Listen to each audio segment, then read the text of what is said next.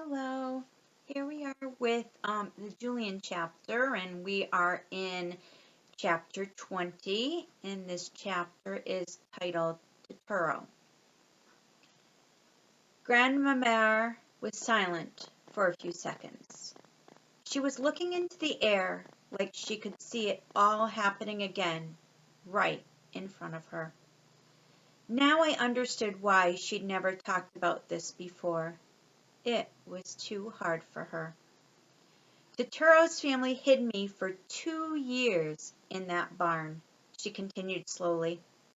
Even though it was so dangerous for them, we were literally surrounded by Germans, and the French police had a large headquarters in Dannervillers. But every day I thanked my Maker for the barn that was my home, and the food that Tourteau managed to bring me, even when there was hardly any food to go around. People were starving in those days, Julian, and yet they fed me.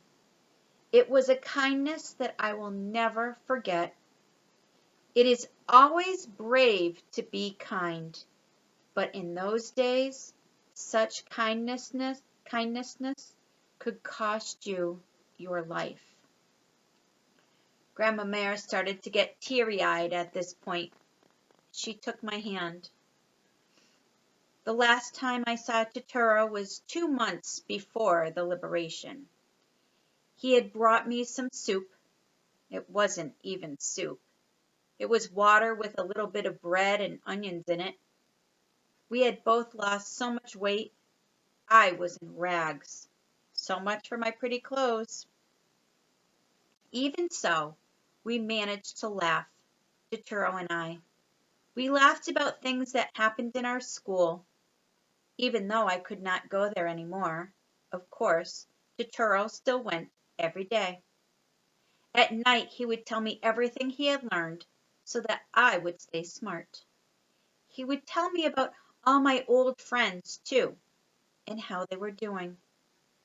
They all still ignored him, of course, and he never revealed to any of them that I was still alive. No one could know. No one could be trusted. But Tourteau was an excellent narrator, and he made me laugh a lot. He could do wonderful imitations, and he even had funny nicknames for all my friends. Imagine that. Tourteau was making fun of them. I had no idea you were so mischievous, I told him. All those years you were probably laughing at me behind my back, too. Laughing at you? He said. Never. I had a crush on you. I never laughed at you. Besides, I only laughed at the kids who made fun of me. You never made fun of me. You simply ignored me. I called you Tourteau. And so? Everyone called me that. I really don't mind. I like crabs. Oh, Tourteau, I am so ashamed, I answered, and I remember I covered my face with both my hands. At this point, Grandmamère covered her face with her hands, although her fingers were bent with arthritis now, and I could see her veins. I pictured her young hands covering her young face so many years ago.